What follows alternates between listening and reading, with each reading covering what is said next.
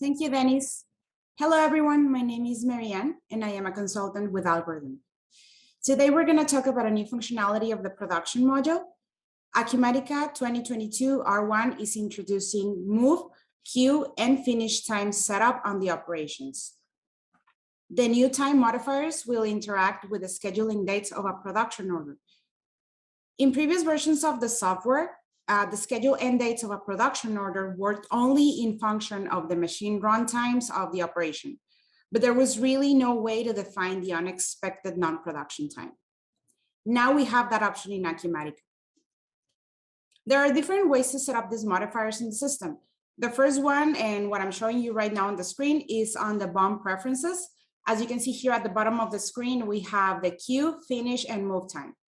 You can also set it up at the work center and directly on the bill of materials. The queue time is the time that you spend before the start of the operation. It can be used as buffer time for delays. The finish time is the time that you spend after the completion of an operation, and it can be used for operations like drying, cooling, or curing. The move time is the time that it takes to move a semi-finished good from one operation to the other, and it delays the start of the next operation. For example, when you're doing an outside process.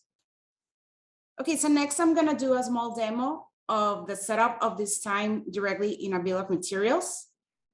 For demonstration purposes, I created two different bills of materials, one of them using the modifiers and the other one is not using the modifiers. So let me open the first bill of materials here on my screen.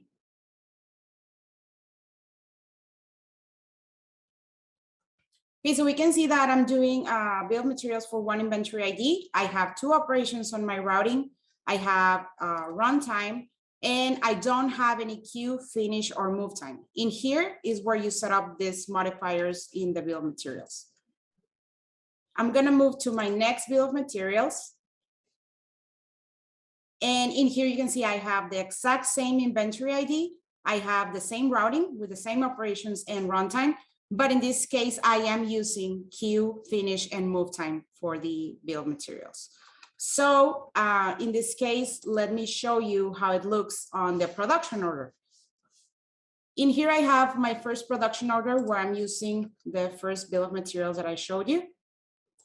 And you can see that I'm supposed to start my work on April 13, and I'm ending this a day later on the 14th. This is the time that Acumatica gives me as a schedule end date. I'm gonna move to the next production order, and it's for the same item, for the same quantity to produce, 50 pieces. But in this case, I am using the second bill of materials. Notice that even though I'm starting the work on the same date, April 13, I am ending this a day later. The reason for that is the time modifiers, move, finish, and queue time. To give you a better idea of this, I also have the scheduling board, and we have my two production orders here in the scheduling board. You can see in a graphic way that I'm starting the same date, but on the second production order, the operation number 10 starts later. This is because of the queue time that I added. Also notice that my operation number 10 is gonna last more. And the reason for that is the finish time that I added to this operation. This little gap that we see here between the operations is the queue time. I added queue time to my bill of materials, so that's why I have this gap in time on my scheduling board. So in summary, this new functionality is very useful, and it really improves our scheduling precision when working with Acumatica production orders.